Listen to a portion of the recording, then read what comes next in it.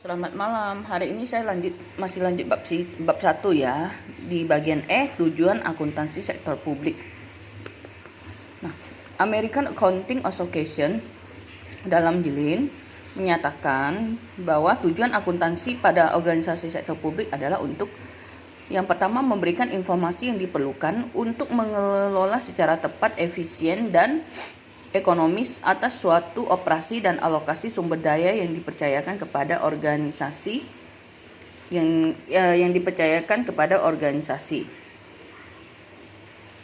Tujuan ini terkait dengan pengendalian manajemen atau manajemen kontrol. Yang kedua, memberikan informasi yang memungkinkan bagi manajer untuk melaporkan pelaksanaan dan tanggung jawab mengelola secara tepat dan efektif program dan penggunaan sumber yang menjadi wewenangnya, dan memungkinkan bagi pegawai pemerintah untuk melaporkan kepada publik atas hasil operasi pemerintah dan penggunaan dana publik. Tujuan ini terkait dengan akuntabilitas atau accountability. Nah, akuntansi sektor publik terkait dengan 3 hal pokok, yaitu penyediaan informasi, pengendalian manajemen, dan akuntabilitas. Akuntansi sektor publik merupakan alat yang baik bagi pemerintah sebagai manajemen maupun alat informasi bagi publik. Pemerintah, informasi akuntansi digunakan dalam proses pengendalian manajemen mulai dari perencanaan strategi, pembuatan program, penganggaran, evaluasi kinerja, dan pelaksanaan kinerja.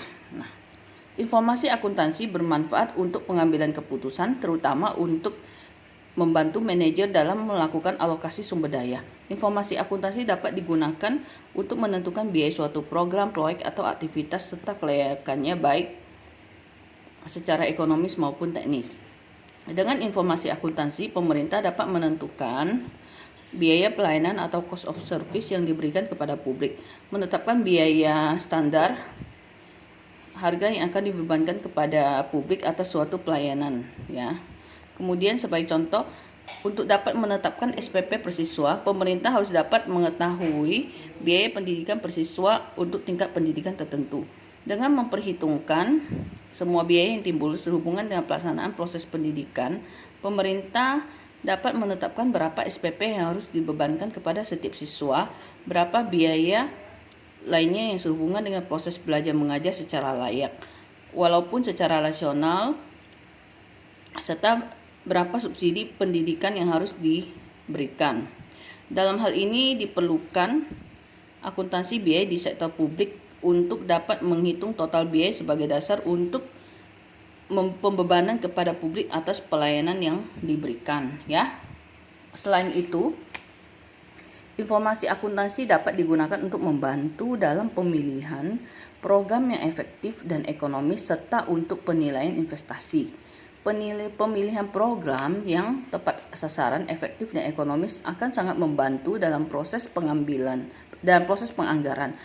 Pada sektor publik, penganggaran merupakan tahap yang membutuhkan keahlian khusus karena penganggaran pada sektor publik merupakan proses politik, sehingga manajer sektor publik dituntut untuk memiliki political skill di samping pemahaman teknis akuntansi.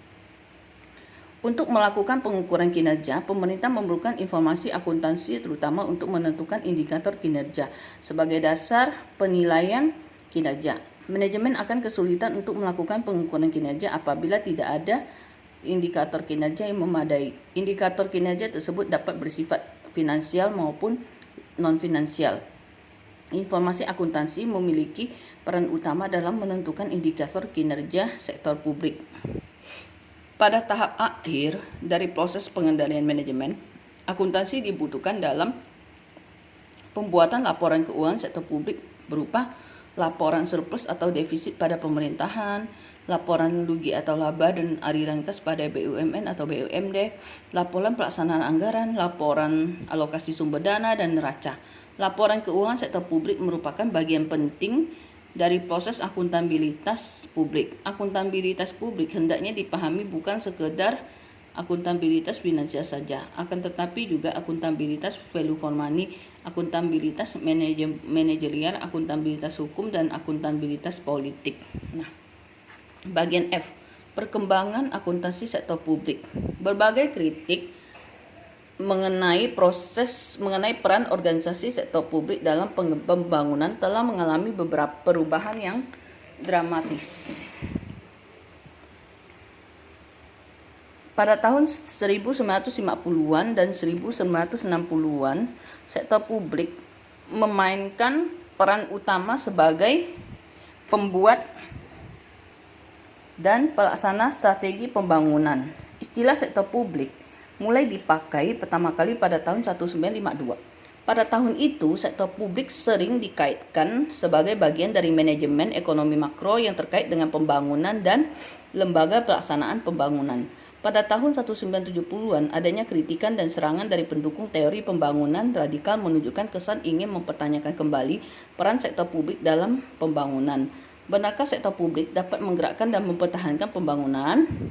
Berbagai kritik muncul terhadap sektor publik yang keberadaannya dianggap tidak efisien dan jauh tertinggal dengan kemajuan dan perkembangan yang terjadi di sektor swasta. Sektor publik dianggap lebih rendah kedudukannya dibanding dengan sektor swasta dan bahkan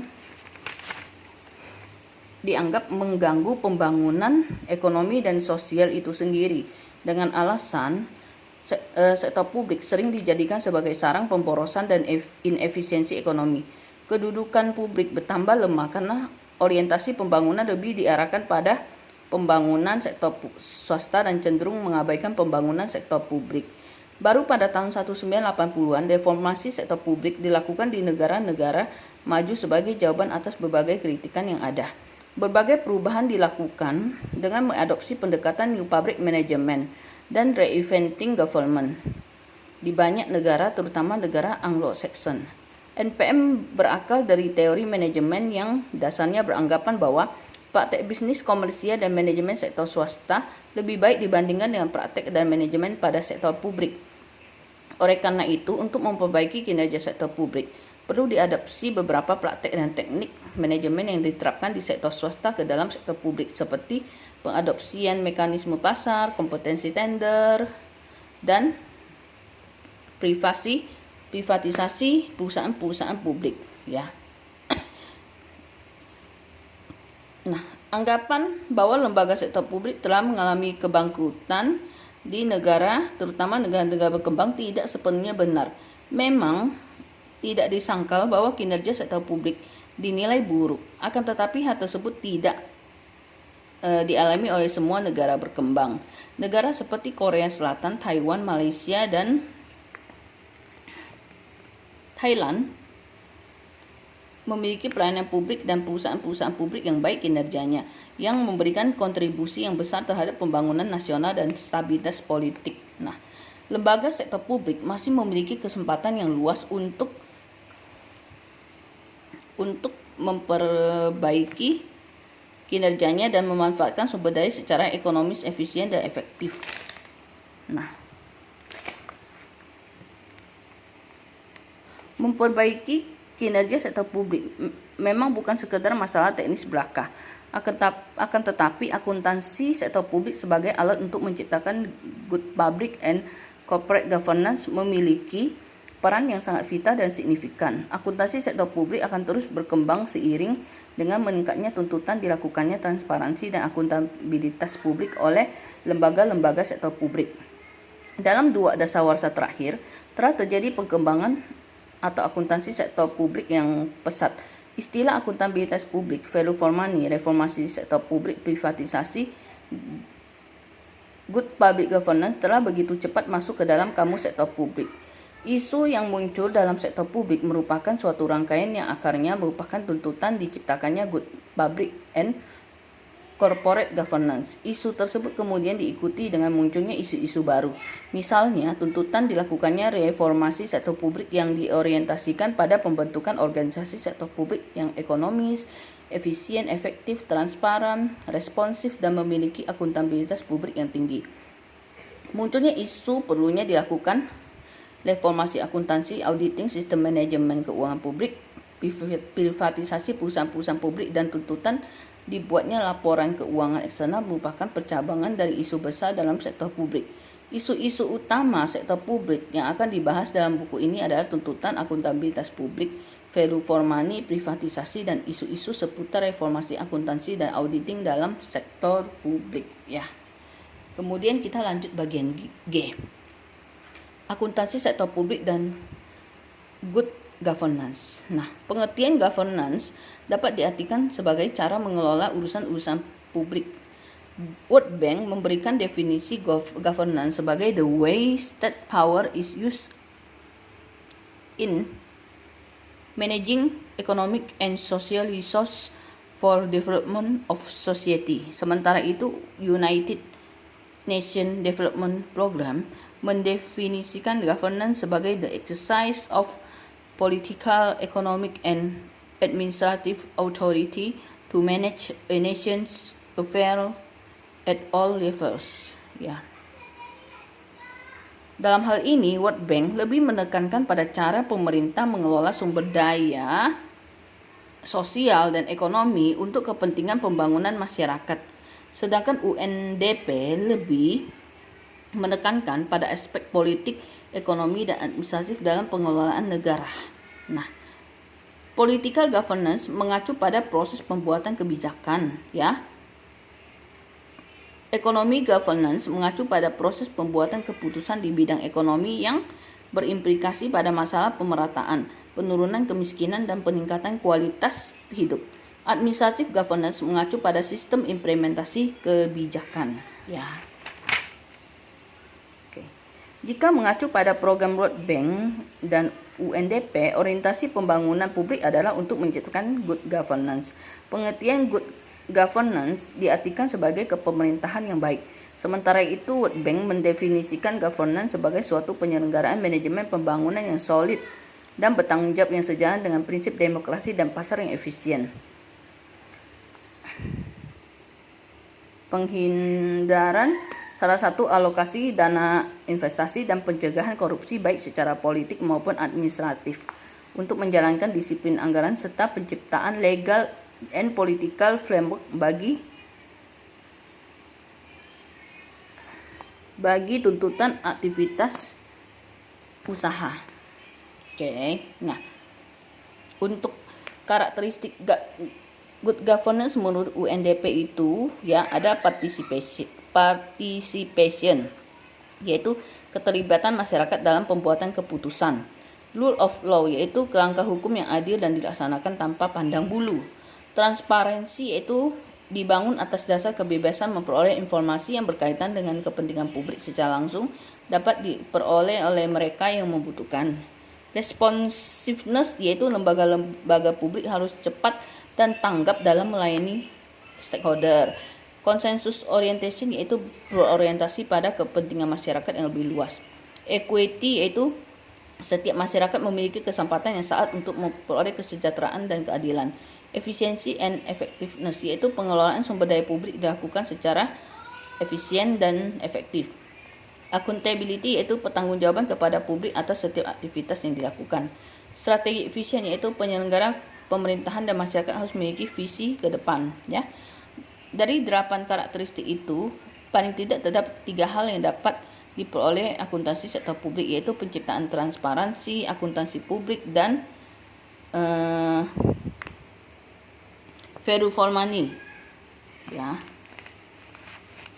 Nah, ini ada rangka reformasi sektor publik ya. Bisa kalian lihat, ada di halaman 19. Ya. Seperti ini ya. Kemudian untuk mewujudkan good public and corporate governance dalam rangka menciptakan kesejahteraan masyarakat, maka diperlukan serangkaian reformasi di sektor publik. Ya, dimensi reformasi sektor publik tersebut tidak saja sekedar perubahan lembaga, akan tetapi mencakup pembaharuan alat-alat yang digunakan untuk mendukung jalannya lembaga-lembaga publik tersebut secara ekonomis, efisien, efektif, dan transparan, serta akuntabel.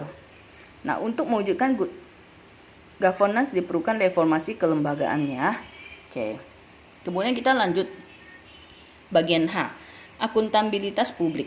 Fenomena yang dapat diamati dalam perkembangan sektor publik dewasa ini semakin menguatnya tuntutan pelaksanaan akuntabilitas publik oleh organisasi sektor publik seperti pemerintah pusat dan daerah, unit-unit kerja pemerintah, departemen, dan lembaga negara. Tuntutan akuntabilitas sektor publik terkait dengan perlunya dilakukan transparansi dan pemberian informasi kepada publik dalam rangka pemenuhan hak-hak publik. Pengertian akuntabilitas publik. Nah, akuntabilitas publik adalah kewajiban pihak pemegang amanah untuk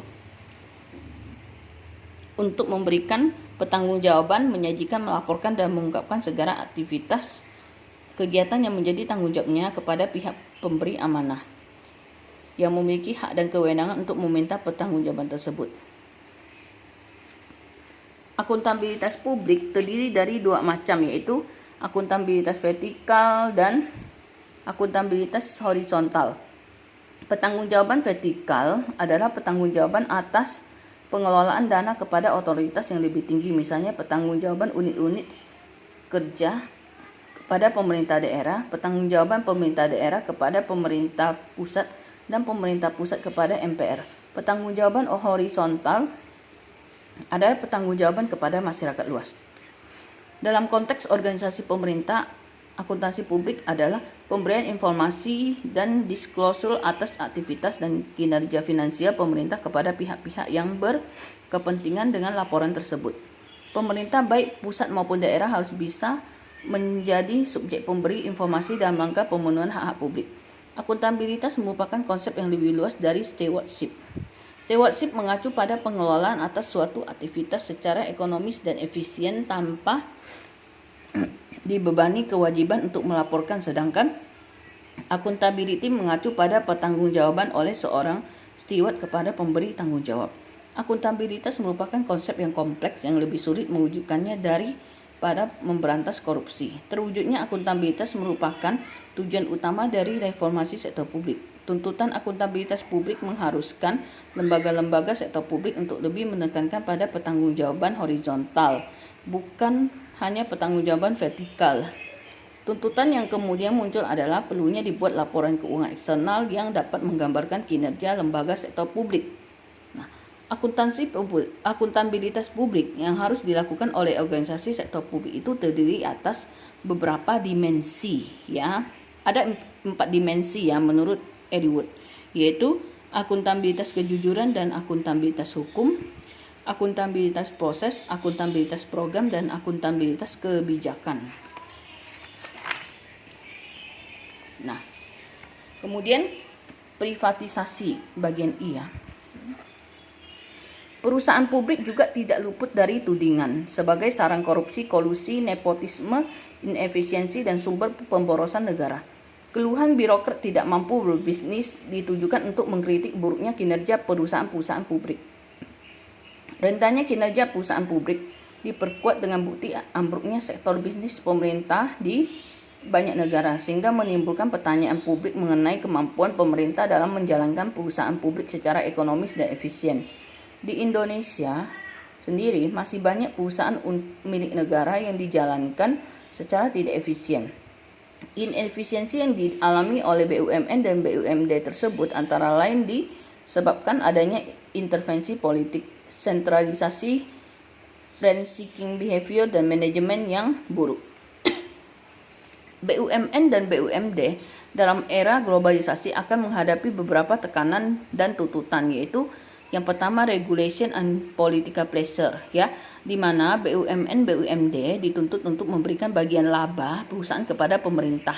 Nah, tuntutan tersebut diperkuat misalnya dengan adanya Perda yang mewajibkan BUMD untuk menyetorkan bagian laba perusahaan kepada pemerintah daerah untuk menambah pendapatan asli daerah.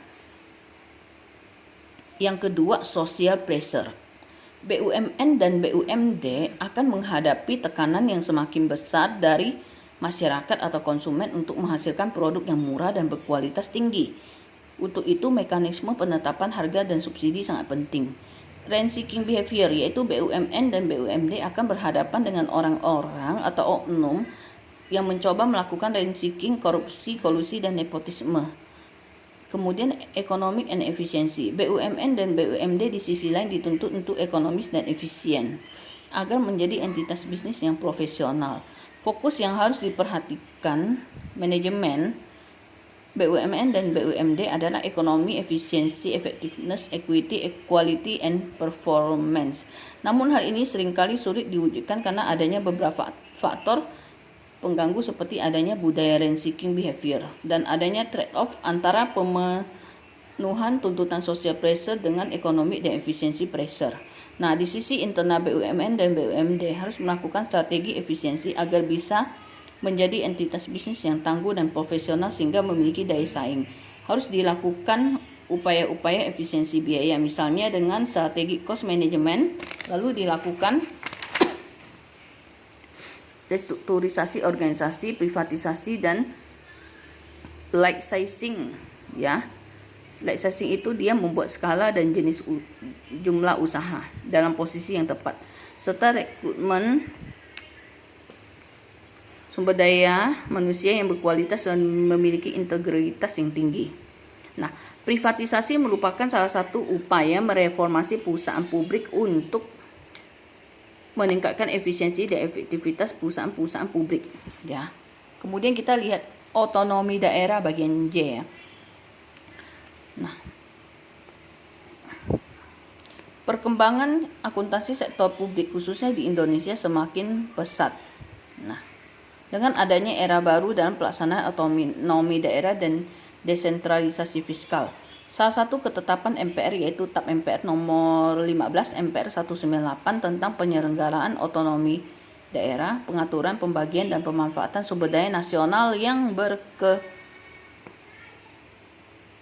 berkeadilan serta perimbangan keuangan pusat dan daerah dalam kerangka Negara Kesatuan Republik Indonesia merupakan landasan hukum bagi dikeluarkannya UU nomor 22 tahun 99 tentang pemerintahan daerah dan Undang-Undang nomor 25 tahun 99 tentang perimbangan keuangan antara pemerintah pusat dan daerah sebagai dasar penyelenggaraan otonomi daerah.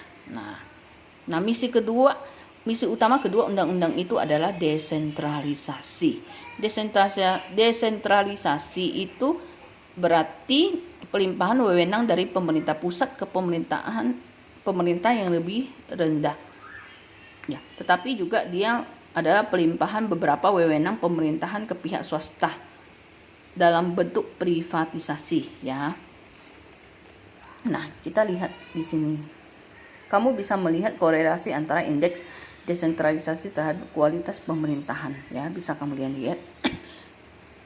Kemudian, secara teoritis, desentralisasi ini diharapkan akan menghasilkan dua manfaat nyata, yaitu pertama, mendorong peningkatan partisipasi, prakarsa, dan kreativitas masyarakat dalam pembangunan, serta mendorong pemerataan hasil-hasil pembangunan atau keadilan di seluruh daerah dengan memanfaatkan sumber daya dan potensi yang tersedia di masing-masing daerah. Kedua, memperbaiki alokasi sumber daya produktif melalui pergeseran peran pengambilan keputusan publik ke tingkat pemerintah yang paling rendah yang memiliki informasi yang paling lengkap. Hasil penelitian Hatter dan Shah di 80 negara menunjukkan bahwa desentralisasi memiliki korelasi positif dengan kualitas pemerintahan. Nah, ya, bisa dilihat sendiri, ya.